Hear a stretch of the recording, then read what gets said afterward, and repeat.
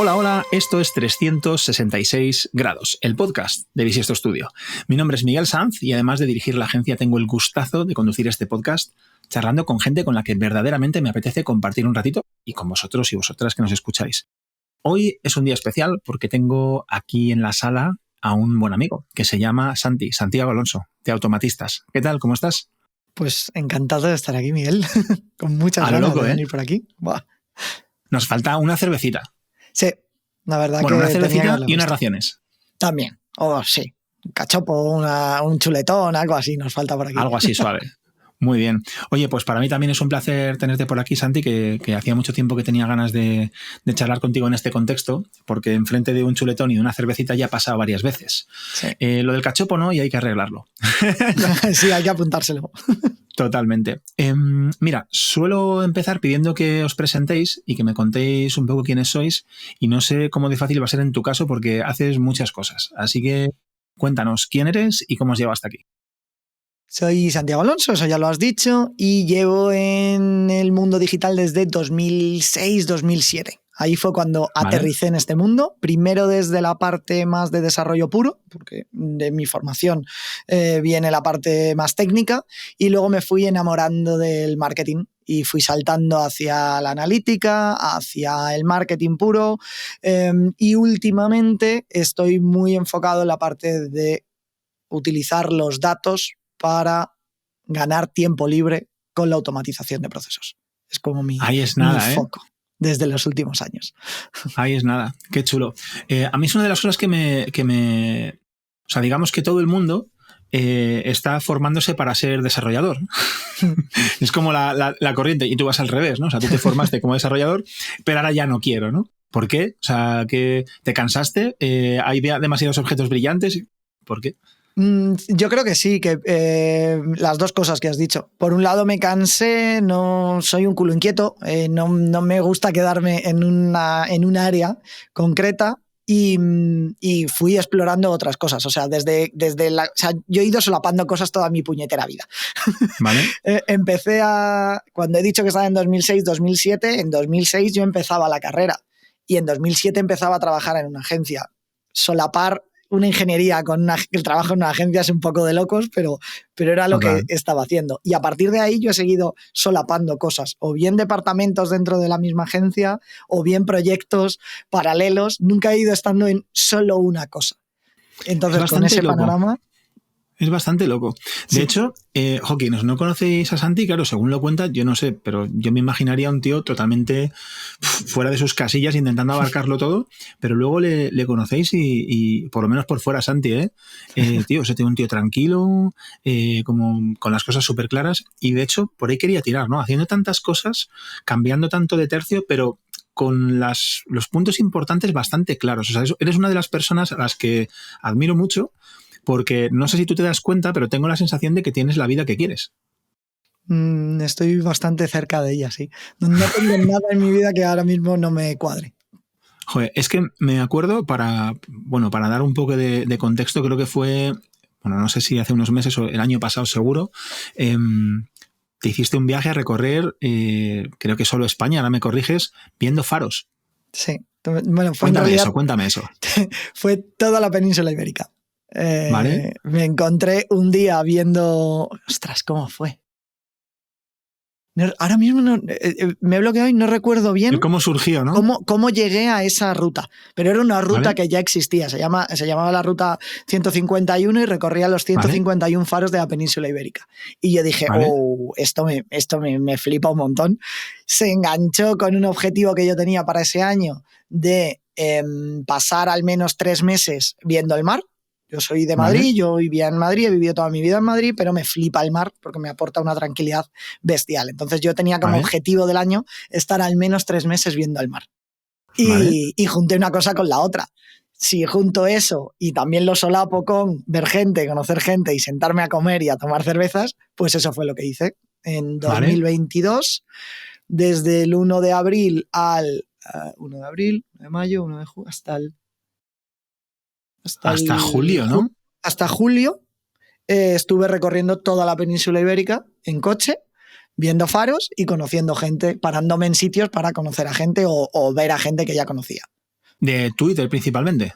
Sí, Twitter, WordPress, gente que había conocido en las WordCamps, pero sí, Twitter y WordPress creo que serían las dos áreas de conocimientos. Así más fuertes. Oye, y esta idea, lo primero, ¿los faros te molaban de antes por algo? O sea, ¿fue una excusa sin más o es que eres un amante de los faros por lo que sea?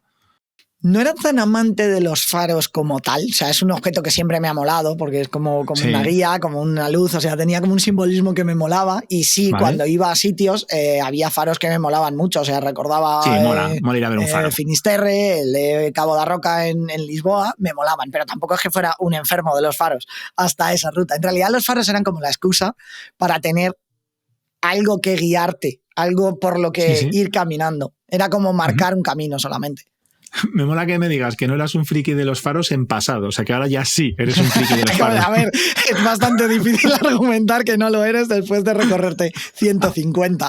O sea... Me parece. Yo creo que podrías obtener el título de experto friki en faros, ¿no? Oye, ¿y qué cosas chulas y cosas no tan chulas tiene? Porque claro, tú en esos meses que estabas viendo faros no estabas de vacaciones, estabas currando. Entonces, ¿cómo se vive? O sea, en ese periodo que has dicho, 150 faros recorriendo la península completa, o sea, haciendo la vuelta entera, tío, has estado en muchos sitios en muy poco tiempo, en realidad. Sí. Pros y contras de esa vida que decimos que quieres llevar y de cumplir ese objetivo de estar tanto tiempo viendo el mar.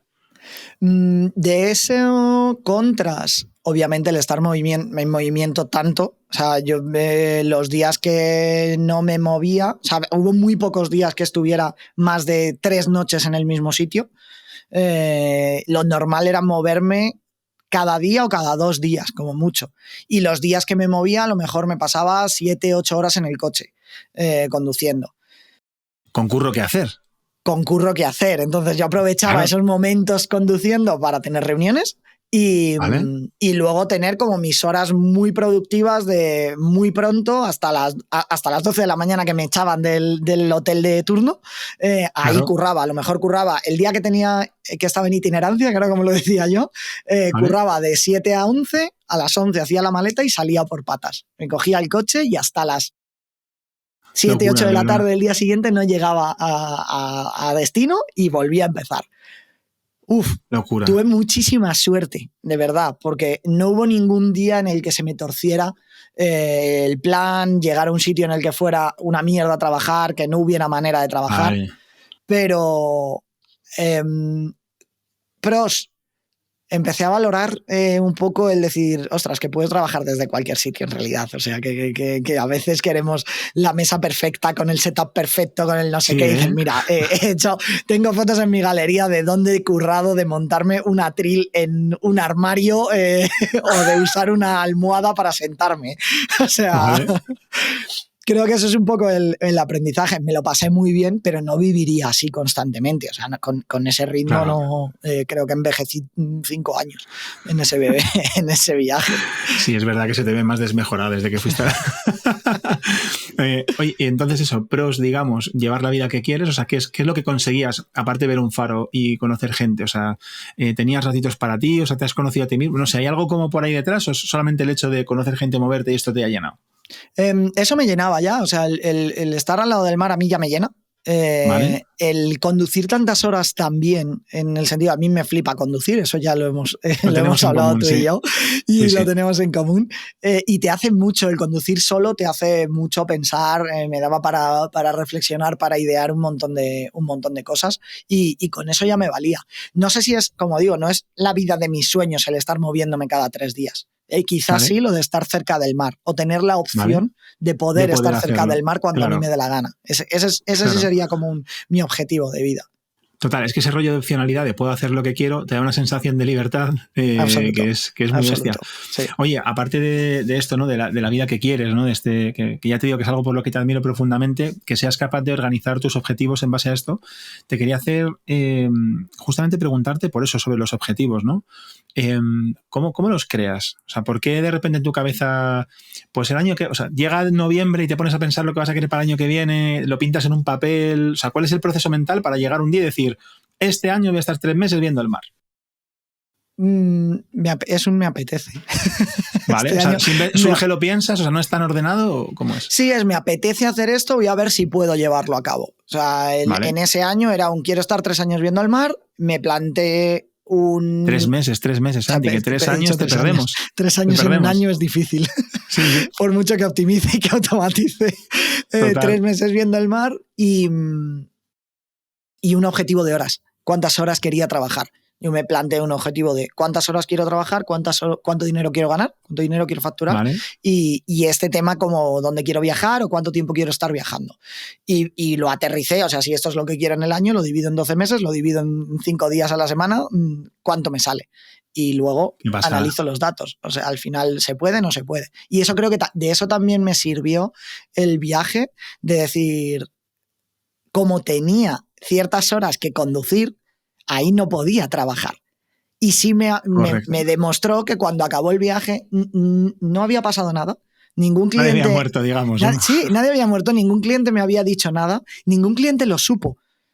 Durante esos 3 meses, a ver, los que eran muy avispados y teníamos reuniones recurrentes, algo le tenía que llamar la atención de que el fondo fuera distinto cada vez. Pero yo no le dije a nadie que estaba viajando. Nadie se enteró. Todo siguió igual, pero yo había pasado de estar trabajando 8 horas al día, 8, 9, 10 horas, ¿qué es lo que hacemos cuando somos freelance? A trabajar 4, 5 y no pasó nada. Es curioso, ¿eh?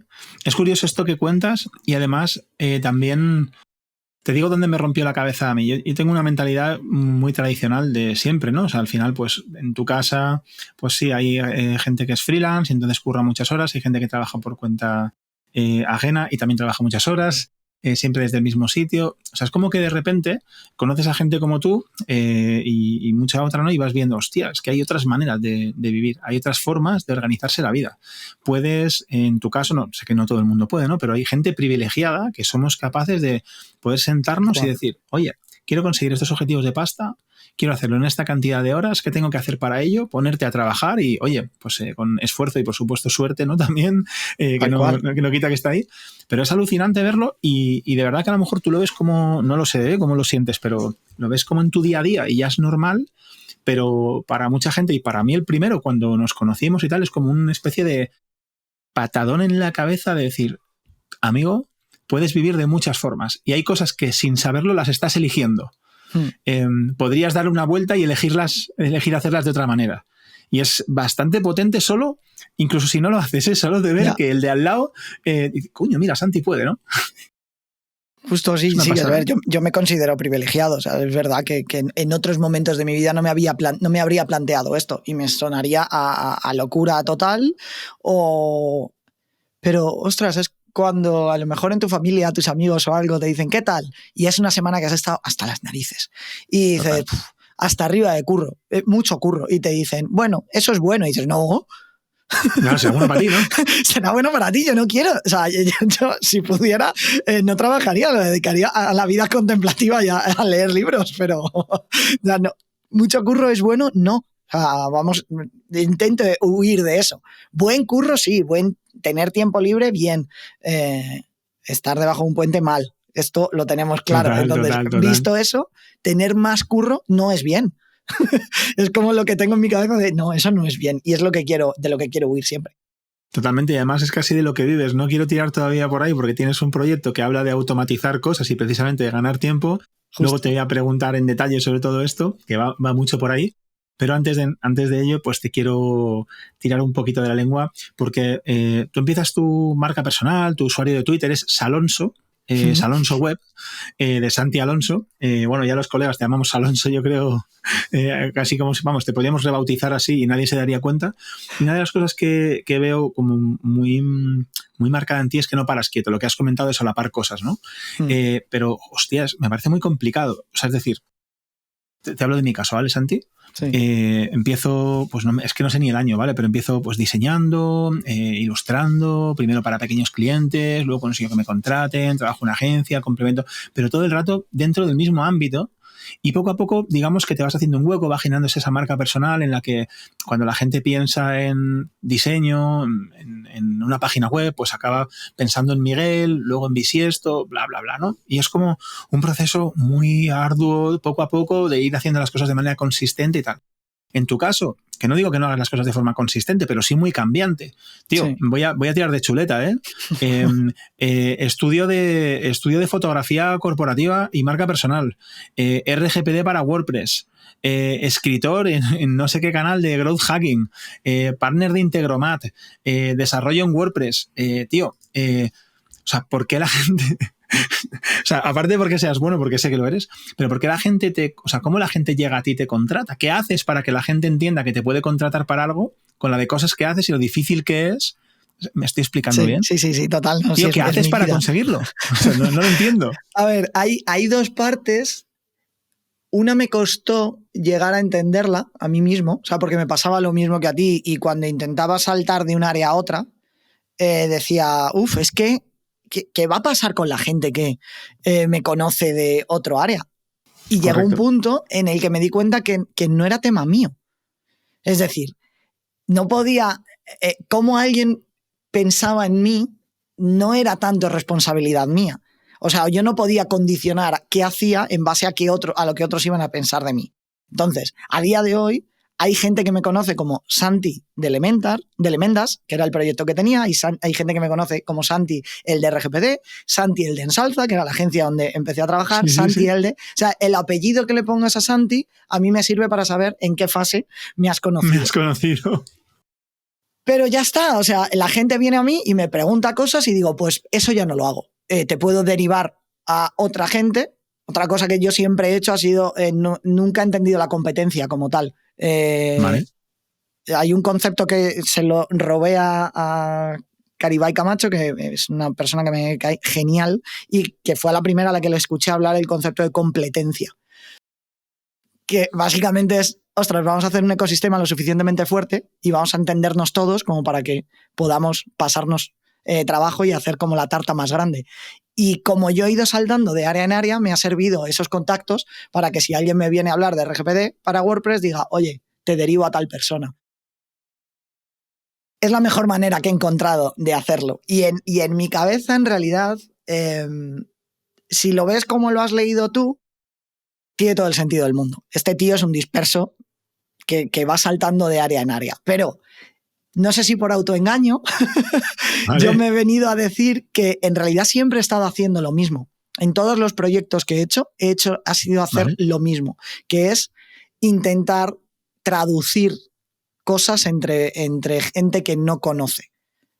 Cuando yo estaba en la agencia, cuando yo estaba en la carrera, intentaba aportar un puntito de creatividad o de diseño o de algo diferente a los trabajos y ya intentaba como conectar piezas. Cuando empecé en la parte de desarrollo web, mi punto era o bien conectar a diseñadores y a programadores o bien ¿vale? Conectar cuando trabajábamos con otras agencias más grandes. Yo era el nexo de unión entre nuestra agencia y otras agencias. Siempre estaba ahí. En la agencia de fotografía intentaba conectar diseñadores con fotógrafos. Es otra vez lo mismo.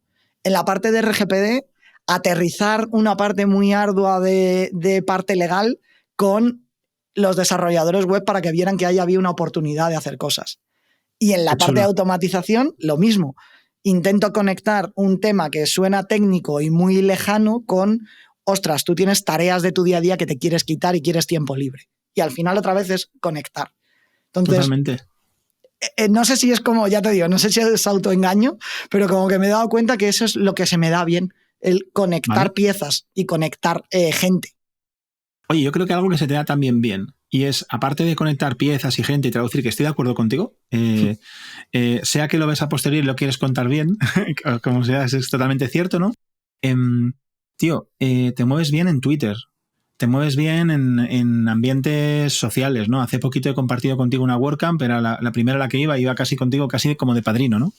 Y se ve cómo te conoces ahí, cómo la gente te conoce y tal. O sea, es decir, sí que te estás ocupando mucho en que la gente te conozca como Santi. Luego ya, con lo que hagas en cada momento, lo que decías, luego ya cada uno como me apunte en su agenda, ¿no? Pero, claro. Pero que te conozcan. Cuéntame un poco sobre eso, ¿no? ¿Cómo surge? O sea, ¿es natural, de repente vas a un sitio, ves que te lo pasas bien y vuelves? ¿O hay una estrategia detrás para ir creando cierto pues nombre? No lo sé, no tengo ni idea. Gran parte no es estratégico. O sea, de verdad. ¿Vale? O sea, Twitter es la red social donde llevo 11, 12 años y igual ahora, en los últimos 2, 3 años, es cuando le he empezado a ver el retorno. Entiendo.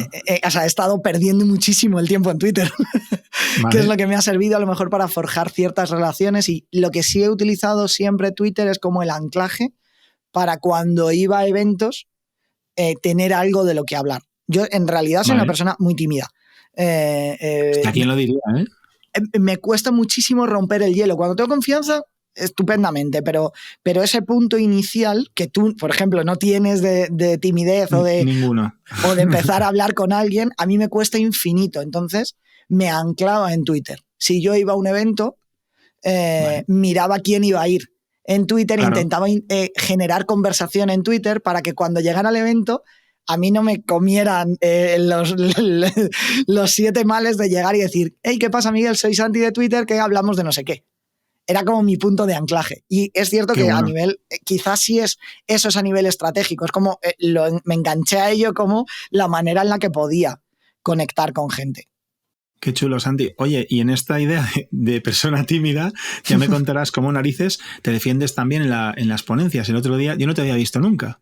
Ya nos conocemos, pero de repente, bueno, imaginaos todos y todas las que nos oís, Santi subido en un escenario con su mandito para ir pasando diapositivas, el tío con su camiseta haciendo promo de su proyecto, con un QR detrás, o sea, de repente se convirtió en una especie de compro oro profesional, con el pinganillo puesto que parece que lo mismo por la mañana se ponen los calcetines, el pinganillo y ya es una especie de, no sé, tío, de Steve Jobs, ¿no?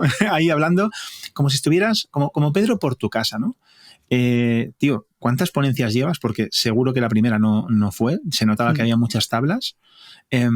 Y, tío, ¿me ofreces algún consejo o algún aprendizaje de todas las charlas que hayas hecho para decir, tío, si te enfrentas a esto, podrías tener esto en cuenta? Pues, o sea, de verdad que yo te lo agradezco que me vieras así, y cuando me contaste tus impresiones me moló un montón. Sí. Charlas presencial, o sea, en persona. Sí. Tampoco llevo tantas. Llevaré, yo creo que serán 10 o así. La mayoría son en WordPress, son una WordCamp, y eso ayuda. Porque en estás ese en punto casa, digamos, ¿no? estoy en casa. Claro, siempre tengo caras en las que me puedo anclar y mirar. Te puedo mirar a ti. En ese momento estaba Irene, estaba Ana Cirujano, había gente a la que podía mirar en un momento y anclarme ahí y decir, vale, estoy en casa, no pasa nada. Estoy hablando a mis amigos, ¿no? Es tal cual, o sea, es tal cual. No sé, igual cuando me enfrente a un escenario con mucha gente desconocida, cambia la película.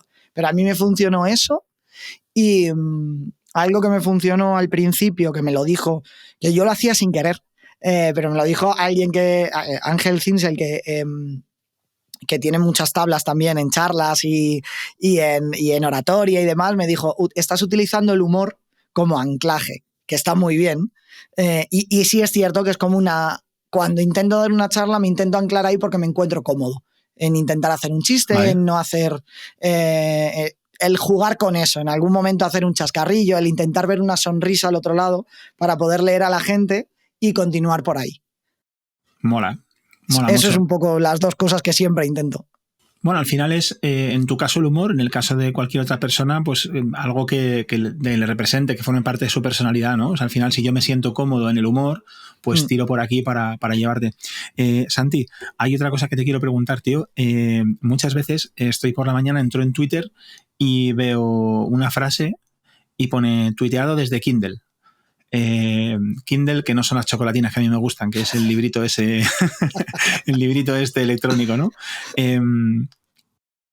Tío, todas las mañanas, o sea, ¿tienes un hueco matutino porque siempre como rollo por la mañana? ¿O tienes varios? O sea, ¿qué lees? ¿Cuándo lees? Cuéntame un poquito. Intento leer por la mañana siempre. Hubo un tiempo cuando quería retomar el tema de la lectura. Recordaba que cuando más había leído era cuando tenía que coger el transporte público para ir a trabajar o para ir mítico, a estudiar. Es la típica. Y luego lo pasabas a, venga, pues leo por la noche. Yo por la noche no leo. Y no leía, y leía muy poco. Y dije, vale, pues lo que voy a hacer es la media hora que pierdo todas las mañanas en Twitter mientras me tomo el café, la voy a sustituir por coger el Kindle y ponerme a leer. O el libro físico y ponerme a leer. Entonces ese periodo del café de los 20 minutos me pongo a leer. Qué bueno. ¿Y qué lees? Leo de todo. O sea, en realidad intento mezclar un poco de alternar ficción y no ficción. Cuando es ficción, me mola mucho la novela negra, me mola... Sí, quizá novela negra es lo que más leo de ficción. Y no ficción, pues fricadas, cualquier cosa que caiga en mí sobre productividad, sobre de todo. O sea, productividad, creatividad, filosofía... intentar conectar piezas de nuevo, otra vez. Al final te lees un libro de filosofía y de repente dices, uy, pues esto tiene que ver con no sé qué. Cada vez me gusta mucho. Me gusta perder el tiempo también ahí, dedicarme tiempo a perderlo. Es que eso mola, ¿eh? Me gusta dedicarme tiempo a perderlo. Me parece frase de titular, ¿eh? Ya me has hecho el trabajo. Estoy anotando. Oye, hablando de conectar cosas... creo que toca meternos de lleno en el proyecto que yo creo que ahora mismo, si alguien te conociese y te fuera a anotar en su agenda, pondría Santi Automatistas, ¿no? Sería en lo que estás metido ahora. Sí. ¿Qué es Automatistas? Automatistas es el primer proyecto que efectivamente ha captado toda mi propia atención. Vale. O sea, ahora no estás simultaneando cosas. ¿Eso es lo que quieres decir? Sí. Efectivamente, wow. Es el que está haciendo que corte cosas, que corte otras áreas y decir, quiero entrar aquí porque es un agujero gigante, es una madriguera de conejo gigante para mí y me está flipando. Vale. Perdóname un segundo, para explicarlo, ¿tú te acuerdas de la frase que tienes puesta en tu camiseta? ¿O es mucho pedir? La frase de mi camiseta es, puede ser la de transformo tareas aburridas en tiempo libre para venir a saraos como este, ¿no? O algo así. Correcto. ¿Es lo que pone? me pareció sublime. Digo, joder, eso es una propuesta de valor traída al momento donde estás, ¿no? Y encima en la camiseta mientras el tío da una charla. De verdad que a Santi hay que sacarle jugo, echarle un vistacillo luego cuando nos diga sus redes y todo. Pero bueno, entonces, más o menos acabas de contar de qué va, pero ¿qué es lo que haces dentro de Automatistas o qué patas tiene el negocio? Sí, nació como una newsletter. Nació como una newsletter inocente en la que yo quería contar lo que ibas aprendiendo, quizás. Mi punto de vista sobre la automatización de procesos, ¿vale? Porque yo tuve como una dicotomía ahí rara cuando entré en el mundo de la automatización, porque para mí automatizar era la parte de marketing automatizado, que por aquella época, hace 2018, 2019, se hablaba mucho de ello y se asociaba o lo asociaba en mi cabeza a esos funnels automatizados, vivir en piloto automático, vive la vida de tus sueños sin esfuerzo, bla, bla, bla. Y eso a mí me chirriaba muchísimo. Y yo rollo humo, ¿no? Rollo humo, claro, me olía mucho a humo. Y de repente yo entré a automatizar a partir de la gestión de productividad. Gracias a un curso de Víctor Campuzano, él me cuenta, estábamos haciendo un curso de productividad y él me habla de una herramienta para interconectar cosas que era Integromat. Y a partir de ahí yo entré en la parte de automatización de procesos sin ser consciente de eso. De hecho, yo estuve como 2 años ofreciendo servicios de automatización sin decir que era automatización. Para mí era como una herramienta más.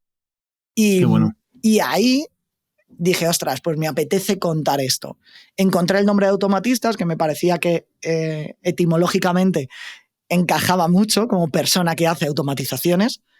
Ciñéndonos a la RAE y a sus reglas, debería ser así, aunque he discutido con la RAE por Twitter y me dicen que no. Yo creo que tienes tu razón. Siempre, yo también. Mi madre también lo dice. Y lancé la newsletter, como eso, como una idea de contar mis movidas de automatización, una newsletter egoísta, de vía de escape, de contar cosas. Vale. Y a partir de ahí eso creció bastante, mucho más de lo que yo me esperaba. Y Perdóname, Santi, dime. ¿Dónde lanzaste esa newsletter y cómo? Porque cualquier persona como yo que quiere lanzar una newsletter de repente... lo difícil es que se llene como la espuma. En tu caso sí que hubo cierta velocidad. ¿Por qué?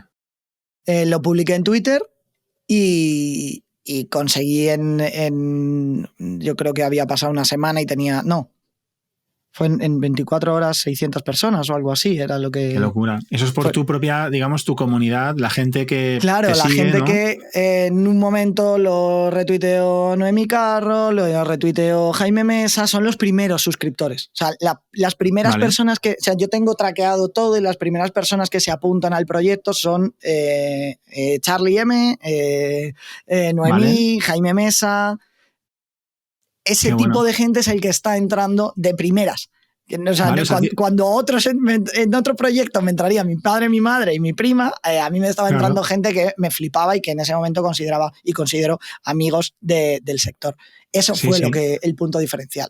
Y que tienen buena capacidad para, digamos, tienen ya su propia comunidad o su propia una audiencia atracción como de la mínimo. leche. Elena Madrigal, Elena me trajo muchísima gente. En cuanto me mencionó ella, de repente empezó a entrar un montón de gente que además me flipaba porque yo cuando lancé la newsletter tenía un punto muy distinto a otras, no lo había visto nunca, que se me ocurrió jugármela en vez de tener un doble opt-in normal, el típico correo de haz clic aquí para verificar. Yo decía que para poder verificar y que te pudiera seguir enviando correos me tenías que responder al correo, no había botón de verificación. Entonces la gente me contó muchas cosas y muchísima gente me decía, vengo aquí porque no sé de qué va esto, solamente he leído lo de ahorrar tiempo que me ha hecho gracia. Vale. Y vengo aquí porque lo ha recomendado Elena Madrigal. A ver qué me encuentras, a ver qué me cuentas. O lo ha recomendado Noemí, o lo ha recomendado Jaime, o lo ha recomendado Nudista. Qué pasada, ¿eh? Eso a mí me flipó, o sea, a mí me voló la cabeza eso, por completo. Me voló la cabeza por completo. Qué guapo. Y a partir de ahí, para adelante, a escribir. O sea, de newsletter, entonces escribo la newsletter, pero una newsletter como tal, ¿la monetizas de alguna manera? A partir de ahí, sí. O sea, yo tenía en la cabeza un plan para formativo. O sea, yo quería hacer cursos sobre automatización, pero al mes o a los 2 meses de haber lanzado la newsletter, tiré por tierra todo lo que tenía pensado y planificado y aprendí de lo que tenía dentro de la lista, que era muy distinto de lo que yo creía que iba a tener, y adapté el plan formativo a lo que había, a lo que había venido, que además me gustaba más. Y monté una pata formativa para, como así decirlo, iniciación a la automatización. Era como vamos a aterrizar todo esto, vamos a centrarnos en la parte de generar ideas, que es lo que a mí más me gusta, el detectar qué procesos te puedes quitar de tu día a día. No es nada fácil, ¿eh? Es difícil. A mí me resulta en algún punto sencillo y creo que ahí viene de mi pasado ingenieril, esa parte de sistematizar o de pensar tareas que pueda convertir en instrucciones. Y creo que traerme eso y de nuevo conectarlo tiene mucho sentido en la parte de automatización, aunque no toque ni una puñetera línea de código, pero tiene sentido.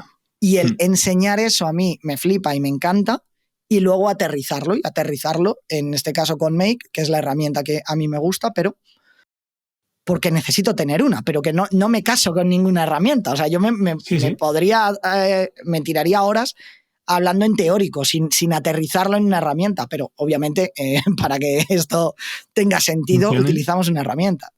Mola. Oye, eso que has comentado del pasado ingenieril lo veo bastante claro, porque es verdad que una herramienta como Make, Zapier, lo puede utilizar, digamos, que cualquier persona, pero sí que es verdad que funcionan con lógica de programación. Entender qué conectas con qué y cuál es el proceso que ocurre cuando lo haces, sí que es un tema muy de mentalidad de programación. Insisto, no es que sea una barrera, pero sí que creo que es un plus cuando te enfrentas a ello con el conocimiento que tienes detrás, así que no tengo duda. Me apetecía comentar también que me ha hecho mucha gracia que tengas tan presente la parte de traducir, porque tengo la sensación de que de traducir a divulgar hay un paso, pero no es una zancada tan larga. Sí. Es decir, yo llevo toda la vida entendiéndome con gente y para entenderte con una persona, con personas que están en sitios opuestos, tienes que empatizar y saber contar lo que hay al otro lado en un idioma distinto. Y la formación yo creo que también va bastante de eso, ¿no? De entender qué te hace falta, de aprender a contártelo. Y aquí me gustaría preguntarte, tío, cómo me has dicho que tenías como una idea en la cabeza, que luego la rompiste. ¿Cómo organizas este plan? ¿Cómo organizas ese contenido? O sea, ¿qué pasos das? ¿Y qué hay ahora mismo ahí dentro? Vale, como decía, con todo lo que entra, yo intento conocer a esa gente. Yo en un mes respondí a 1000 correos. literal.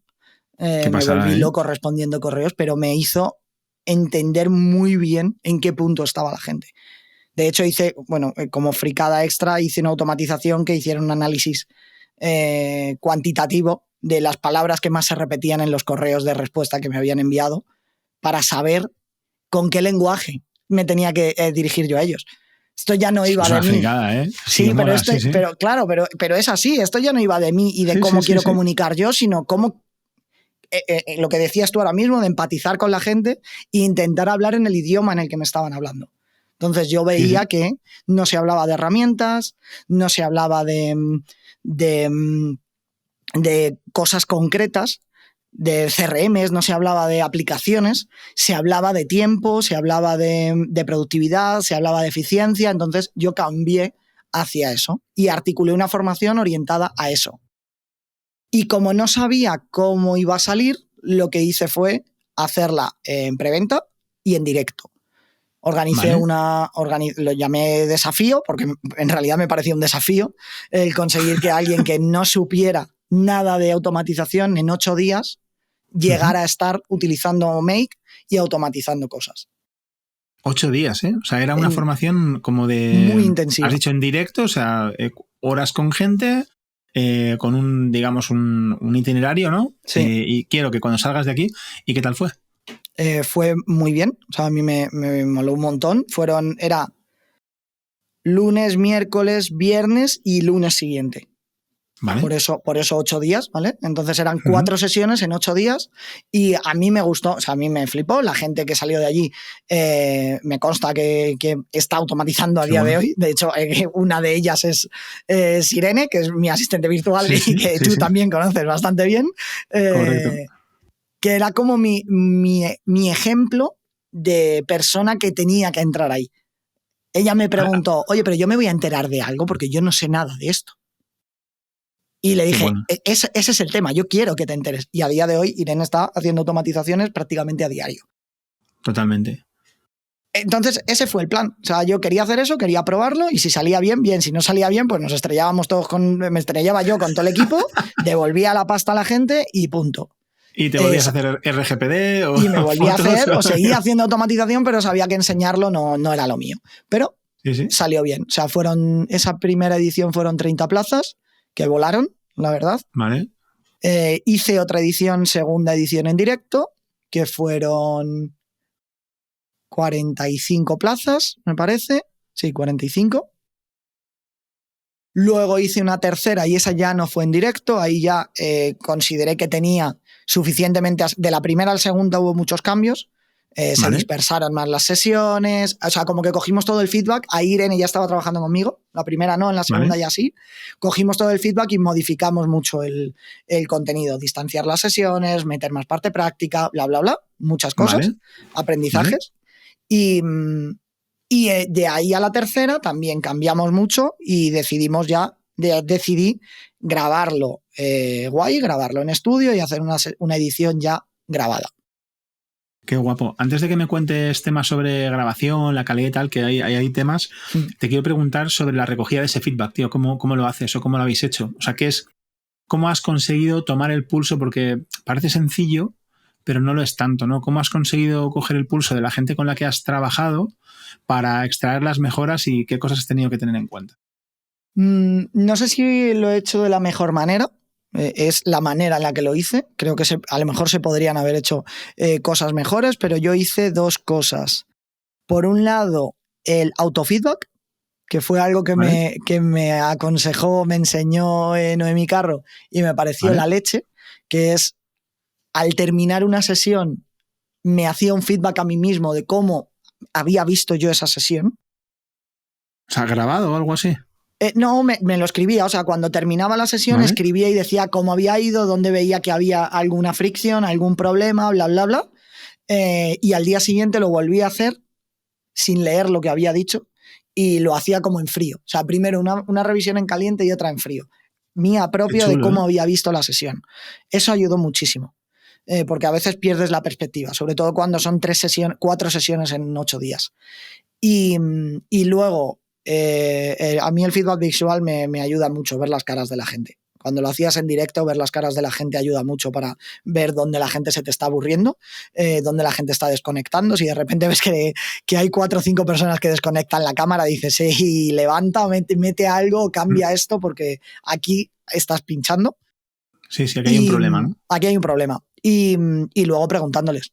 Claramente yo les pregunté de manera anónima, eso sí, que en todas las sesiones siempre cuando acababa, o sea, en todas las ediciones cuando he acabado les he pedido feedback anónimo para que estuvieran más a gusto contándome dónde... La verdad, ¿no? La verdad, eso es. De lo que sentían. Sí. Eso es.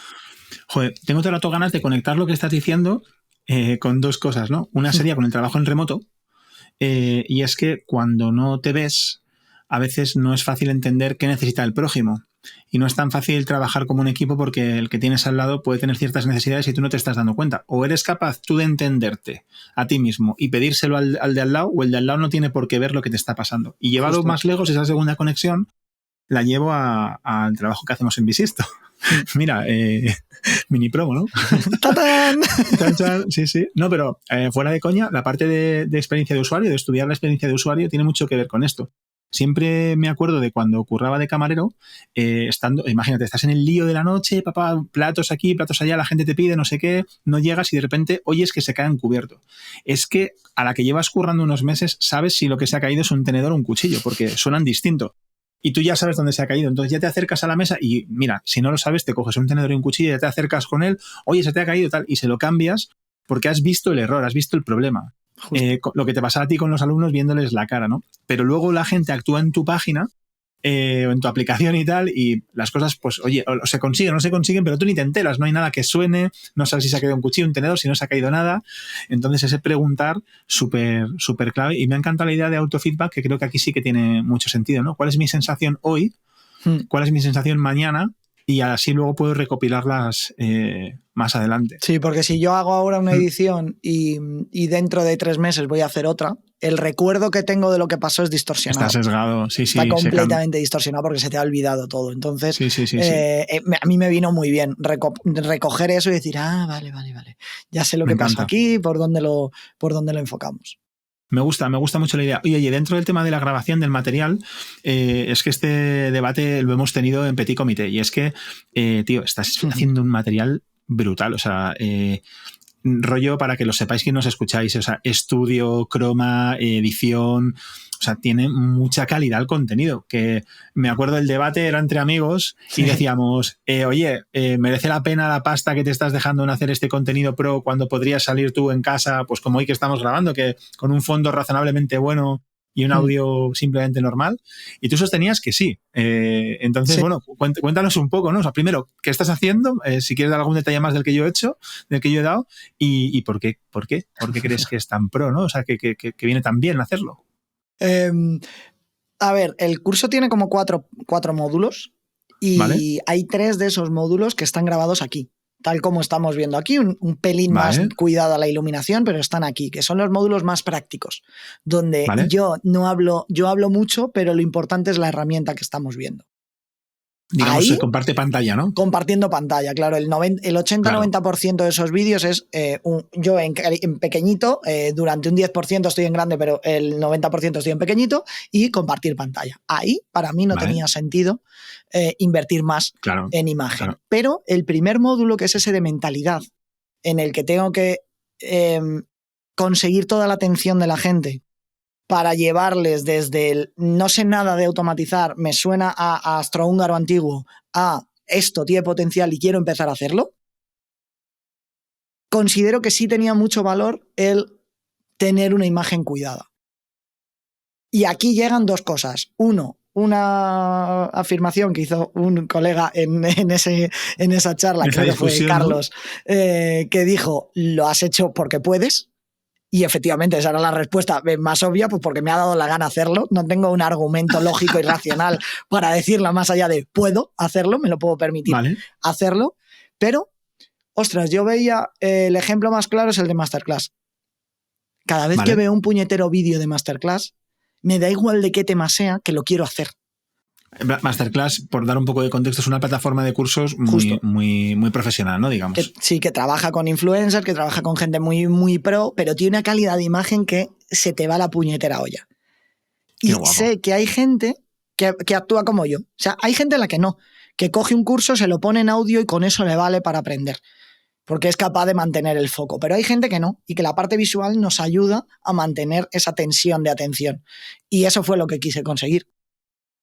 Qué bueno. Y por las opiniones, por el feedback, se notó. O sea, hubo muchísimo feedback de, ostras, el primer módulo es la leche, wow, qué nivel de calidad, a nivel visual. O sea, hubo como más feedback, incluso del contenido, a través de la imagen, que en las otras ediciones. Vale, o sea que sí que hubo un efecto wow, ¿no? Es decir, oye, yo lo vendo, tienes una expectativa y todavía mejora mi expectativa. Puede haber ahí también un punto, ¿no? Eso es. No sé si el curso se valora más o menos por eso o si aporta realmente más o menos, pero yo tengo la sensación de que sí. Pero la emoción existe en la persona que lo ve, ¿no? Eso es. Oye, ¿en qué punto está esto, Santi? O sea, ¿dónde estás? Me has contado que habías hecho creo que has hecho 2 o 3 cursos presenciales, ahora empezabas a hacerlo en diferido. ¿En qué plan estás? O sea, ¿sigues haciendo como convocatorias de este curso o cómo lo estás planteando? Sí, cuando grabé tomé la decisión de que se iba a quedar en Evergreen, es decir, siempre en abierto. Vale. Que cualquiera podía entrar en cualquier momento, pero a final de 2022 me di cuenta de que eso no funcionaba bien. No funcionaba bien a nivel de ventas y no funcionaba bien a nivel de organización para mí. Entonces decidí que lo cerraba y que lo iba a ir abriendo cada X meses, hacer convocatorias de abro lanzamiento, tal día arrancamos, tal día... Bueno, tienes libertad para acabarlo cuando te dé la gana, pero el plan original es estas fechas y así puedo tener yo mucho más control para apoyar a la gente que lo está haciendo, el soporte está como más organizado y demás. Entonces, tiene como 2 patas, que hay mucha gente que cuando dices, ¿por qué cierras plazas o por qué abres y cierras? No tiene sentido, porque esto ya está grabado, estás como generando ese FOMO artificial. Pero no es... esa sensación de escasez no es porque sea artificial, es porque realmente yo necesito que eso sea controlado a nivel de poder dar el soporte que quiero a la gente. Si yo meto no es una tontería, ¿eh? No lo había pensado. Si se meten 1000 personas, ojalá, en el curso, y cada uno va por un lado, cada uno se mete en un mes diferente, cada uno, o sea, a mí me vuela la cabeza el conseguir atenderles bien, conseguir responder a soporte a tiempo, conseguir escribir un correo y saber a quién se lo tengo que escribir porque ya ha llegado a ese punto, etcétera. No es nada fácil, ¿eh? No es nada fácil. La verdad y es en que ese punto estamos. Pues no lo había pensado. Entonces, estás ahora mismo, digamos, abriendo y cerrando ediciones. ¿Tienes algún plan como de ampliar el contenido de alguna manera o crear nuevos cursos? ¿O de momento con lo que tienes estás a gusto, está ayudando a la gente y te mantienes ahí? Y perdona que si no son cursos o nuevas ediciones o tal, o sea, nuevas, digamos, como temáticas o ampliaciones, ¿hay algo más que vayas a hacer? O sea, estás, pues yo qué sé, dando formaciones de otro tipo, charlas, no tengo ni idea. Sí, para este año hay como 2 patas que quiero profundizar, que es una, ir un paso más allá del desafío, porque al final, claro, el desafío es como una parte de introducción. O sea, yo te doy como, estos son las herramientas con las que juegas, te enseño tu caja de herramientas y te enseño un cuadro que tienes que clavar y ya está. Vale.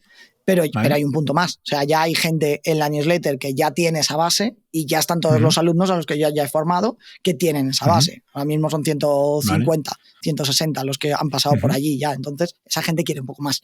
Entonces, sí hay para este año plan de hacer formaciones adicionales que deberían salir en este trimestre. Bueno, no sé cuándo saldrá esto y cuándo lo irá el que lo esté oyendo, pero segundo trimestre de 2023 es cuando hay plan de sacar las nuevas formaciones. Y luego está la parte de formación a empresas, que también quiero profundizar en ello. Intentar trabajar con empresas a decirles, ojo, vamos a sentarnos, vamos a ver a qué dedicáis vuestro tiempo, porque creo que aquí hay mucho tiempo que podríais automatizar y podríais optimizar vuestro trabajo. Y en ese trabajo es, por ejemplo, imagínate una agencia como Bisiesto, ¿vale? Que nos sentamos tú y yo y me das, digamos, ese apoyo de consultoría y no sé si de ejecución también, o hablas de formación para empresas. Están las 2 patas. O sea, una formación en la que yo idealmente enseño o bien al CEO o bien al equipo realmente a detectar esos patrones de tareas que está haciendo en su día a día y que son automatizables, por las que alguien les está pagando. O sea, es como que ahí hay un problemón de gente que está pagando sueldos en base a su capacidad de pensar, pero en realidad no están utilizando su capacidad de pensar en su día a día porque están perdiendo el tiempo con tareas mecánicas y automatizables. Entonces es... Joder, qué gordo es esto, ¿eh? Claro, intentar corregir eso y luego a la hora de ejecutarlo, pues dos maneras, o bien ayudar yo en esa implementación de cómo corregirlo, o bien formar a alguien dentro, un perfil transversal dentro de la empresa, de la agencia, de donde sea, que sea capaz de solucionar y responder a esas necesidades. Esa demanda, esa necesidad. Claro. Oye, no sé si te pongo un aprieto o no, espero que no. Por ejemplo, si soy, pongámonos en el caso de Bisiesto, ¿vale? Algo muy egoísta. Una agencia de servicios, bueno, en este caso, pues de marketing, UX, bla, bla, pero podría ser casi cualquier empresa de servicios. Sí. Todas las empresas de servicios gestionamos personas, por lo tanto recursos humanos, gestionamos facturas, presupuestos, facturación. ¿Hay algunas cosas que tú digas, tío, seguro que en una agencia, una empresa de servicios, podríais automatizar estas 2, 3 cosas? Solo 2, 3 puedo decir.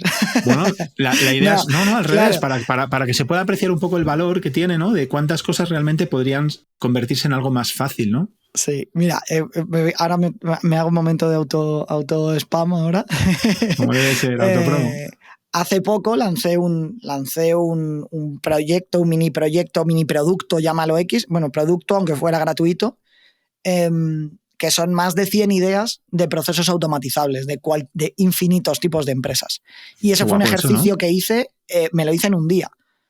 Literalmente me senté un día por la mañana y empecé a generar ideas, porque yo tenía una base de datos de cosas, pero llegó un momento en el que me bloqueé, no me gustaba, lo borré todo y volví a empezar. Entonces fui cogiendo un departamento de recursos humanos que podría automatizar, bla, bli, blu, bla, bla, no sé qué. Una agencia de servicios que podría automatizar, un community, y fui sacando ideas. Y salieron en un día, ¿vale?, 9 horas de trabajo, o sea, fueron en 2 jornadas, perdón, 4 un día, ¿vale?, 5 otro. O sea, salieron 109 ideas. ¿Vale? Generada la idea y redactada. ¿Vale? Entonces, hay infinitas.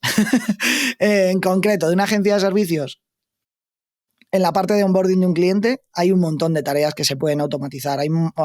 Una vez ya sistematizas cómo funcionas con el cliente y eres capaz... Esto va muy unido a la parte de gestión de proyectos y de sistemas.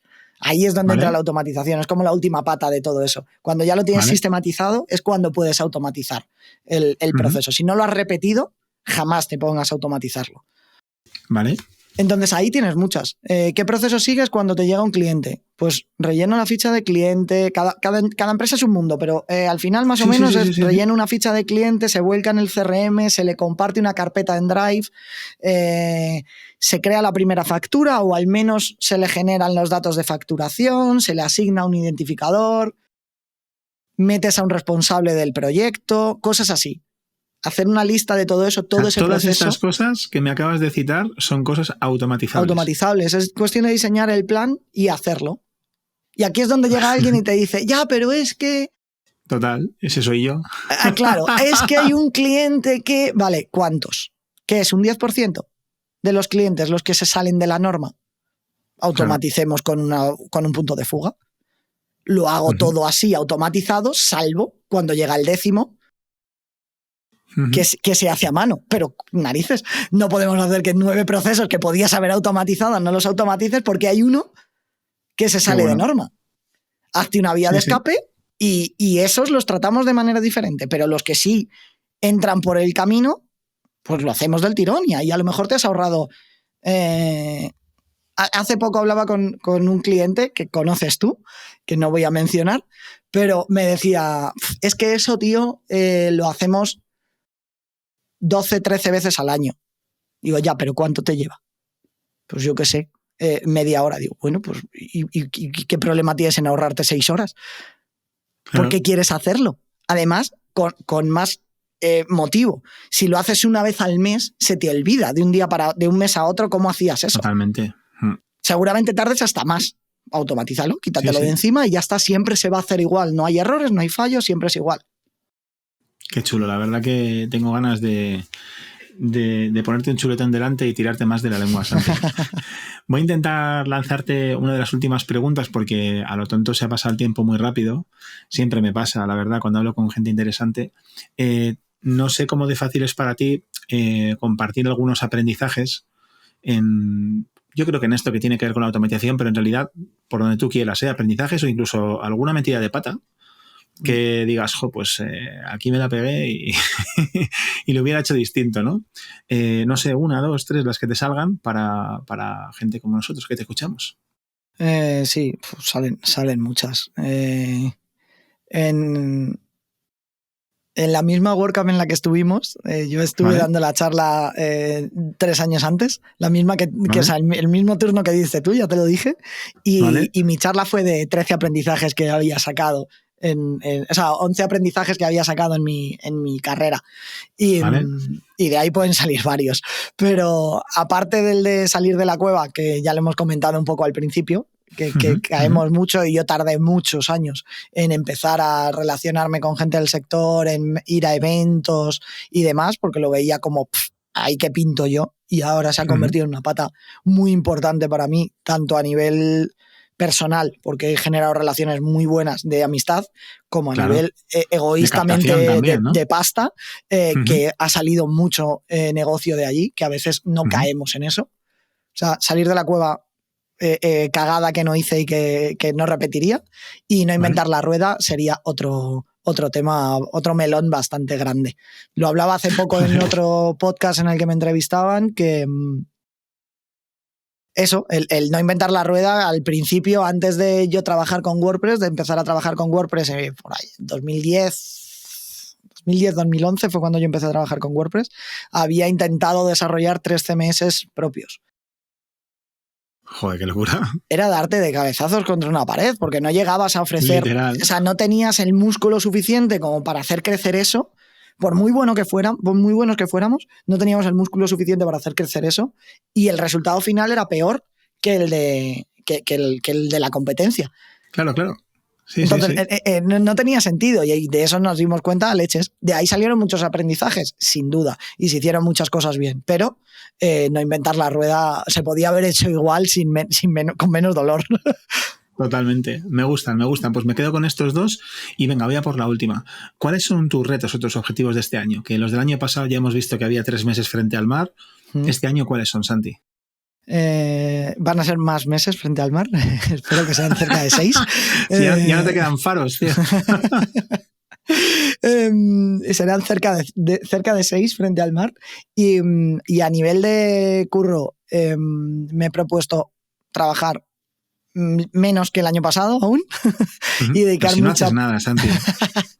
Y conseguir dedicar mucho a la parte de, otra vez desde una posición privilegiada, lo sé, de gestión del conocimiento, de esta parte que hemos dicho, de poder dedicarme tiempo a pensar y a conectar a lo mejor ideas que en otro momento vas como a piñón fijo en piloto automático. Y no hay forma, ¿no? Eso es. Y en la parte de automatistas, por dejar algo con más números o algo más que no se quede conceptual, sí me molaría llegar a los 300 alumnos a final de año, haber formado a 300 personas y que la lista, sin importarme el número de suscriptores como tal, por número, pero que sí creciera hasta los 5 o 6 mil suscriptores buenos. No me valen suscriptores de mierda, pero buenos. Y estando en el momento de grabación en marzo de 2023, ¿cómo de lejos o de cerca estás de esas cifras? ¿Crees que son factibles de momento? Que ya lo tonto es un cuarto del año, ¿eh? Sí, ahora mismo están a la mitad ambas. Te faltan meses de mar, Santi. A ver, los meses de mar llevo 1, así que yo creo que vamos bien para llegar a los 6. La newsletter tiene 2.600 personas ahora mismo, estamos justo ahí a la mitad de lo que debería conseguir. Creo que es factible. y alumnos está en 160 también, así que también es factible. Estamos como a la mitad de las tres cosas, así que Santi, lo vas a creo petar, creo que llegamos. Vas a fulminar tus objetivos y espero que lo celebremos con el cachopo que nos faltaba. Eso es. Vamos a cerrar siempre algunas preguntas rápidas para así un poco rollo más, para conocerte mejor. Si te animas, voy con ellas. Vale. Venga, pues redoblito de tambores, 3, 2, 1. ¿Comida favorita? Ostras, tío. Pregunta fácil, ¿eh? Es una pregunta imposible para nosotros. No, o sea, todo. O sea, no. Comida favorita somos focas, venga, vale. Sí, o sea, todo. No hay nada que no me guste, o sea, no. Me representa. Me gusta hobbies. mucho la carne, me gusta mucho sí, carnaza, venga, carne. Carnaza, me vale como respuesta. ¿Cuáles son tus hobbies? Tengo muy olvidado el tema de los escape rooms, que me gusta mucho. Sí. Me gusta mucho viajar, eso ya lo hemos comentado. Me gusta mucho el mar, toda esa parte me flipa. Series, música, festivales. O sea, que muchos hobbies. ¿Lo que más te gusta de la gente? Reírme. No reírme de la gente, o sea, que se puede sacar esto de contexto. Reírme con la gente. Me parece un buen matiz. ¿Y lo que menos te gusta? La estupidez y el afán de la gente por creerse más inteligente que los demás. Sí, es que mira, mientras, sin haberlo dicho, había pensado la soberbia, te lo prometo, sí. Porque nos conocemos ya un poquito. Un lugar para visitar, Santi.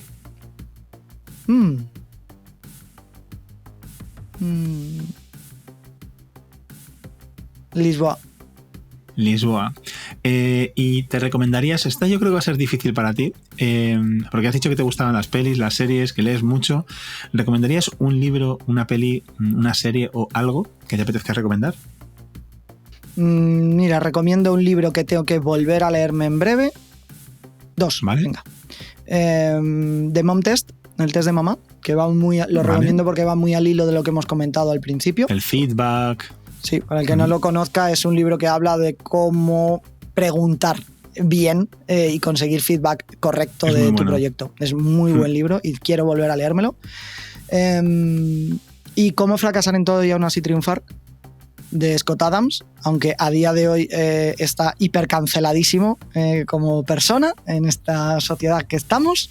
Intento dividir obra de persona, ¿no? Obra de persona, y más allá de lo que piense o deje de pensar, ese libro a mí me moló mucho, me gustó mucho. Vale. Y por último, si no fueras ahora mismo el automatista que eres, ¿qué harías? Digo por descentrarte un poco, que se te ve muy centrado. ¿Qué haría? Mira, sí, siempre me ha molado la parte de decoración de interiores. Ostras, por irme a un sector completamente diferente. Si me quitaras internet. O sea, me he hecho como la pregunta más radical completamente de la que tú has dicho. Sí. Si no fuera automatista, no, si no tuviera internet. Porque al final toda mi carrera ha sido unida a internet. Si me quitas internet. No me lo hubiera imaginado, pero muy chulo, muy chulo. Venga, pues oye, muchísimas gracias, Santi. Ha sido un placerazo tenerte por aquí. Me encanta además, o bien cuando conozco a alguien por el podcast, o incluso a veces cuando os conozco ya, pero tener estas preguntitas ahí me da pie a charlar de otra manera. Ya sabes que alguna vez me pongo en modo interrogatorio, pero bueno, en este ratito me lo he pasado muy bien. Si quisiéramos seguirte, Santi, si alguien quisiera contactar contigo, ¿dónde te puede encontrar? En Twitter, ya lo hemos dicho, en @salonsoweb. Vale. Mi web es salonsoweb.es también, pero ojalá cuando se meta la gente ya tenga web. Si no, invito a que, esto lo he dicho ya más de una vez y nunca lo consigo. Si llegas, escuchas esto, te metes en mi web y sigue en construcción, hay un formulario en el que me puedes insultar. Insúltame, por favor, porque no tengo perdón de Dios. Y en automatistas.com para hablar de automatizaciones. Qué guapo, tío. Muy chulo. Además, os recomiendo la newsletter, que está muy, muy, muy, muy guapa. Y es verdad que se aprende un montón solo de estar en la news. Santi, lo dicho, muchísimas gracias por venirte. Este ratito para mí ha sido un placerazo. Gracias también a las personas que habéis estado escuchando hasta el final, a un pesado como yo y a un tío tan interesante como Santi. Un momentito de spam de valor. Sabéis que cada 2 semanas, los miércoles, lanzamos Recursia, con recursitos digitales muy guapos para toda la gente que trabajéis en el ámbito digital. A veces hay herramientas para SEO, a veces hay oficinas virtuales, a veces recomendamos podcasts, recursos en general para llenar tu mochilita de alegría. Y ojo que todos los martes una entrevista con alguien tan interesante como Santi. Muchísimas gracias y nos vemos pronto. Nos vemos. Chao, chao. Chao.